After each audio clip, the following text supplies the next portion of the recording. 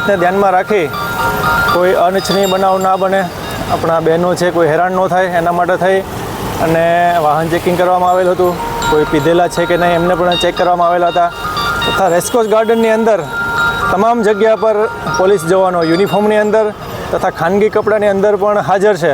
કોઈ છોકરા એકલા જોવા મળે એમને પૂછવામાં આવે છે શા માટે આવેલા છે, એમને સમજ કરવામાં આવે છે કે ભાઈ કામ વગર કોઈ ના બેસે, અત્યારે ઘરે જતા રહે છે. બહેનોને પણ પોલીસના બહેનો પણ હાજર છે, એના દ્વારા પૂછવામાં આવે છે કે કોઈ પણ તકલીફ હોય. પોલીસ 5 વાગ્યા સુધી હાજર જ છે રેસકોર્સ રિંગ રોડ ફરતે ગાર્ડનની અંદર તમામ 4 રસ્તા પર.